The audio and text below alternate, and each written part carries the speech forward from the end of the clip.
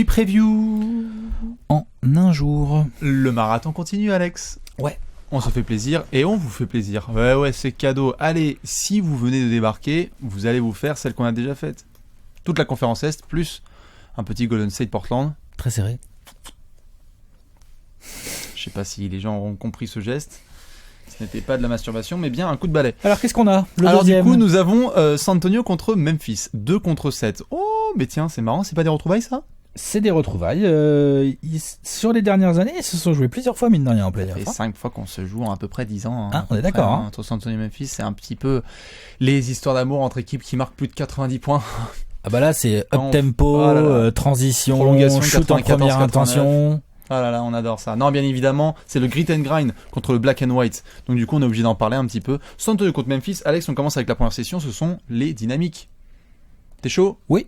Donc du coup, j'explique rapidement pendant que Alex se préchauffe. Les dynamiques, c'est juste, sans raconter toute la saison, parler un petit peu de la façon dont ces équipes rentrent dans les playoffs et puis les confrontations directes qu'il y a eu pendant la saison régulière. Alex, balance tes notes. 2-2 sur la régulière, non? 2-2, tout à fait. Je crois que tout le monde gagne chez lui. Ouais. Ça gagne chez soi. À peu près, ouais. Faut dire que c'est des équipes sérieuses à la maison. Il y a un match où Kawhi n'est pas là, à Memphis. Ouais, tout à fait. Mais Memphis reste une équipe, sérieuse à la maison. Le FedEx Forum, c'est pas une salle très agréable. Puis à San Antonio, ils ont besoin de prolongation pour gagner. Là, ça va être la grindhouse. Oui, ça va être la grindhouse, ça va être le feu, ça va être plein craqué et tout ça. Qu'est-ce que j'ai à dire là-dessus? Les Spurs, très très très bonne. La série qui passionne Alex. Ah bah là, c'est clair que pour le coup, j'ai du mal à me cacher. Alors, comment vous dire? Le mec qui veut les Suns. Je te cache pas que là, Spurs Grizzlies, c'est pas trop ma cam.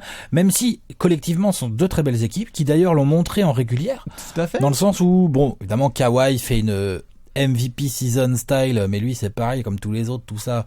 Il va se retrouver s'il est sur le podium, bah. Voilà, il est à la bataille pour être sur le podium, tu vois, il n'est pas à la bataille pour être plus haut, quoi. Ouais, il est podium. C'est ça que je veux dire. Oui, il est podium, on verra. Très collectif. Greg Popovich, évidemment. Greg Popovich a quand même un edge. Il a fait encore du très bon taf, Greg Popovich, quoi. C'est-à-dire que tu sors de Tim Duncan, Kawhi, les Spurs se sont adaptés tactiquement, on l'a vu tout au long de la saison, ça joue un petit peu plus en ISO sur Kawhi Leonard. Défense très très bonne, hein. On a beau critiquer la Marcus Aldridge, Paul Gasol, Tony, tout ça, ça défend très sérieux. Et puis ça nous sort des petits jeunes, là, les Dejounte Murray, les Jonathan Simmons, ça va. Et puis donc, Memphis qui fait aussi sa saison. Une saison à la Spurs et en face on a une saison de Grizzlies avec un nouveau coach, David Fisdale. La première de Fisdale qui est quand même pas mal. T'as un Marc Gasol, alléluia, pendant toute une saison régulière, donc ça Mike te fait la diff. Quasiment aussi, hein. Mike Conley aussi qui a fait le taf, pas de Chandler Parsons évidemment, hein. Faites entrer la bouse. Même maintenant, je vais changer carrément. Chandler Parsons qui ne jouera pas, bien évidemment, de cette série de playoffs, ni même du reste de sa carrière à Memphis. Mais on a eu quelques petites satisfactions, hein. Bien évidemment, Vince Carter qui a fait sa saison, Zach Randolph qui a fait sa saison. Jean-Michel Green, c'est pas mal. Jean-Michel Green qui a aussi fait sa saison, tout à fait. Donc Memphis qui se retrouve en playoff au spot qu'on attend à peu près. 6, 7, 8, ils sont là où on les attendait. Voilà, donc retrouvailles entre San Antonio et Memphis et donc 2-2 tout à fait. Des matchs low scoring. Bien évidemment, attention, on met son gilet pare-balles et on sort ses Caterpillars. A priori demi-terrain, a priori des ballons qui arrivent au poste bas. Un peu de création, tout quand ça, même, il n'y a pas d'énormes créateurs d'un côté comme de l'autre en fait. C'est des playmakers, c'est pas des playmakers énormes quoi. Non, c'est clair. Si je ne dis pas de bêtises, sur les 4 matchs qui jouent, il y a donc 4 scores et il y a qu'une seule équipe qui marque une fois plus de 100 points. Voilà. Donc c'est pour une idée un petit peu de l'espèce de combat de sumo qu'on risque d'avoir pendant à peu près 2 semaines. Mais Alex, comme tu le sais, on doit se focaliser un petit peu sur des joueurs et demander au peuple surtout quels joueurs il faut regarder avec plus de précision, avec plus d'importance. Alex, quel est le joueur sur lequel tu vas faire toi je t'attends parce que toi t'as un gros compte en banque. Mike Conley. Et je l'attends pas que parce qu'il a signé un contrat énorme l'intersaison dernière. Pas que pour ça. Je l'attends aussi parce que je considère qu'il a une match-up bien favorable. Ça va. Tony Parker et Patty Mills, normalement, Mike Conley, il doit faire mal. Il mange ça comme un chèque de 153 millions. Exactement. Il doit mettre 20 points, il doit y avoir 6 passes, il doit y avoir un peu de défense. Il doit me dominer cette match-up sur le poste 1. Tout à fait. Mike Conley, je l'attends vraiment là-dessus. Je l'attends, mais dans la lignée de sa saison, il a été bon, hein, Mike Conley. Il fait une très bonne saison, hein, franchement. Tout à fait. statistiquement parlant, collectivement parlant, enfin défensivement, c'est une très bonne saison de Mike Conley. Il peut faire une grosse série en effet contre San Antonio. C'est un gars qui souvent en plus a pu la match-up est bonne, quoi. Il a pu saouler par le passé San Antonio. On s'en souvient, dédicace à ceux qui s'en souviennent, les lay-up au buzzer, tout ça. Mike Conley, spécialiste. C'est un joueur qui sera très attendu. Tout à fait. Eh bien, écoute, de mon côté, qui dit match à petit rythme dit aussi balle au poste. Qui dit balle au poste dit aussi la Marcus Aldridge. On y va. Allez, on sait que Kawhi va faire sa série. Qu'il est Tony Allen ou pas sur le paletot, qu'il est n'importe qui, qu'il est l'intégralité du Tennessee sur lui, je pense juste que la Marcus Aldridge sur ce genre de série, c'est le genre de mec qui peut vraiment faire la diff pour San Antonio, c'est-à-dire savoir si ça va être une série qui va durer longtemps, un petit peu longtemps, ou si ça va être expéditif. Si la Marcus Aldridge fait vraiment, c'est un peu dur à prononcer, si la Marcus Aldridge fait sa série avec des bons pourcentages, à peu près 18 points, à peu près de moyenne, ce serait pas mal du tout pour lui, et bah du coup je pense que ça pourrait être une série expéditive. J'aimerais bien voir ça donner. Toi t'es un peu sceptique? Oui, je suis sceptique. Demi-terrain, attends, la LMA il peut faire le boulot. Gasol en face, il y a pas personne non plus. Non mais ça va être, ouais mais bon, ça peut l'écarter un petit peu, tu vois ce que je veux dire? Moi Gasol... c'est pas non plus la mobilité folle la Marcus Aldridge quoi. Non. C'est pas, ce que je veux dire par là c'est que c'est pas up and down, tu vois, il y a pas à galoper. Il n'y a pas à galoper pour la Marcus, c'est quand même bien. Je suis surpris que tu sortes cette match-up là, mais pourquoi pas? Parce que moi, dans ma tête, justement, les Spurs n'ont pas forcément les intérieurs pour vraiment gêner Marc Gasol. Non, c'est clair. Je trouve. Après, la match-up des frangins Gasol, tiens d'ailleurs, la match-up des frangins, tout à fait. Un retrouvaille entre Pau et Marc, ça va être pas mal du tout. Donc voilà, non, mais effectivement, il y a des... Il y a des match-ups qui intéressent beaucoup Alex. Effectivement. c'est difficile ce genre de série parce que tu n'as pas de vraie...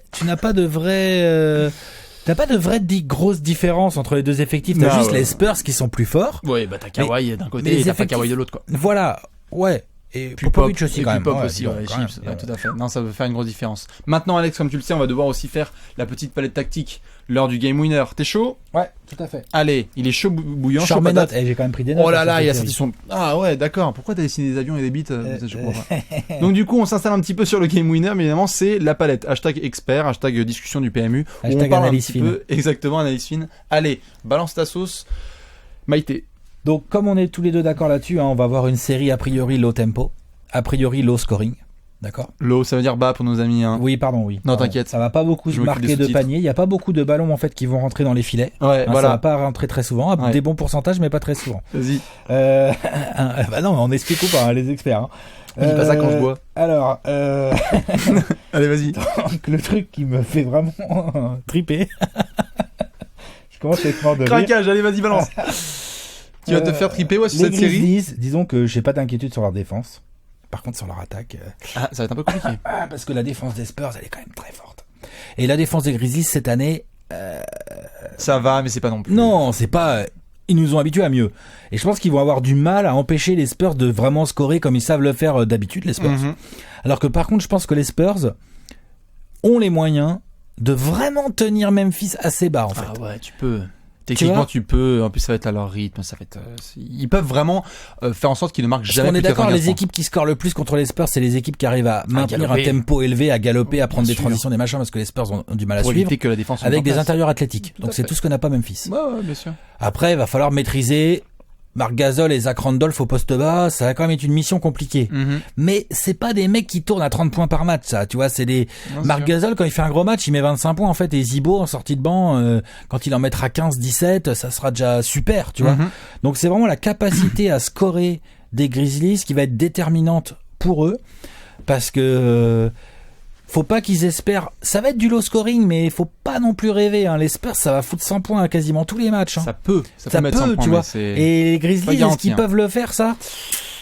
Donc c'est là vraiment pour moi qu'il y a un truc vraiment très important pour les Grizzlies, c'est vraiment en attaque, ils ont montré cette année qu'ils étaient capables. Qu'ils peuvent tout à Sauf fait. Que là, ils jouent pas Golden State 2 fois comme ça. Ils jouent l'une des toutes meilleures défenses de cette saison, enfin des 20 dernières années, quoi. Tout à fait. Ok. Eh bien, écoute, moi pour le coup, ça va être identitaire. Oh là là. Première série de playoffs depuis longtemps sans Tim Duncan. Donc forcément, il y a un aspect aussi émotionnel. Alors je dis pas que ça y est, les Spurs ont commencé à se faire caca dessus dès que les playoffs arrivent. Mais quand tu rentres dans ce genre de situation un petit peu chaude, qui est le leader, à qui tu parles, etc. Bien évidemment, il reste les Popovich, les Tony Parker et Manu et tout. Je ne dis pas que ça va commencer à être fort. Je dis juste que c'est la première série de San Antonio en playoff sans Tim Duncan et que depuis David Robinson et toute la compagnie créole. Et donc du coup, j'ai besoin de voir comment ça va se passer entre chaque game. Comment est-ce que Kawhi Leonard va agir. Beaucoup de monde parle du fait que Kawhi Leonard doit faire des énormes playoffs. Ça commence tout de suite avec un round one. Et pas que statistique, aussi dans l'attitude, aussi dans la façon de taper du poing sur la table, la façon de s'imposer vraiment et de take over, comme on dit, une série où tu la prends et tu dis c'est terminé. C'est en attaque qu'on va l'attendre, parce qu'en défense, franchement, il a quoi à faire là, sur cette série. Kawhi Leonard, il se met devant Tony Allen, il fait... Voilà, ou après Jean-Michel Green, ou je sais pas qui va y avoir au poste 3, il y a qui au poste Vince Carter, enfin tu vois, ça va quoi, les missions défensives. Il y a un aspect émotionnel qui est là, c'est la première saison. Série de playoffs de San Antonio, San Duncan, et ça va faire bizarre. On a vu les 8 saisons sur les matchs régulières, voilà, il faudra voir ce que ça va donner, juste dans la tête des joueurs. Voir qui va un petit peu taper du poing sur la table. Voilà, j'ai hâte de voir ça, parce qu'en plus, c'est vraiment la saison de transition où Kawhi doit vraiment beaucoup prendre sur les épaules. J'espère qu'il a les épaules. En attaque, quoi. Oui. Ouais, mais vraiment pas que juste sur le terrain. Leadership. Quoi. Ouais, j'aimerais bien le voir un petit peu plus actif dans ce registre-là. Si vous avez bien évidemment des axes qui vous passionnent, vous aussi, sur cette série, qu'on adore et qu'on va regarder au complet à 4h du matin tous les soirs, hein, on va regarder ça, hein. Ça veut dire, pendant ce temps-là, nous, on va se faire le pronostic de la série. Alex, t'es chaud? Ouais. Il est chaud bouillant, bien évidemment, pour un Grizzlies Spurs. Allez, à fond la caisse. C'est l'heure du pronostic time. Allez, le peuple, tout le monde sur son petit clavier. Alex, balance-nous ton pronostic sur cette série qui te passionne. Je donne 2 wins aux Grizzlies. Wow! Ouais, je leur en donne 2 parce que je les crois capables. Ils vont pas se laisser faire. San Antonio a beaucoup d'expérience, mais ça va en fait les Grizzlies. Il y a quand même bien de l'expérience aussi, mine de rien. Tout à fait. Hein, les Conley, les Gasol, Vince Carter, tout ça, c'est pas leur premier playoff. Tony Allen non plus. Ça va pas paniquer. Ils savent qu'ils sont moins forts, mais ça leur va bien, le côté underdog là. Je pense que ça va pas être facile du tout d'aller gagner au FedEx Forum en fait pour les Spurs. Oui.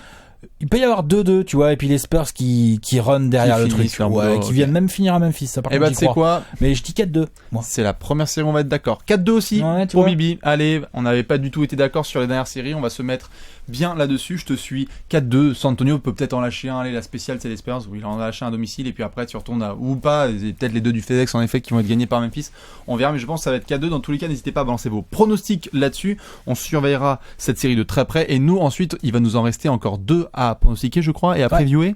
Des petites séries tranquillou. Tout à fait, on se retrouve sur la chaîne YouTube, c'est toujours les 8 previews en un jour. Allez, à tout de suite, ciao.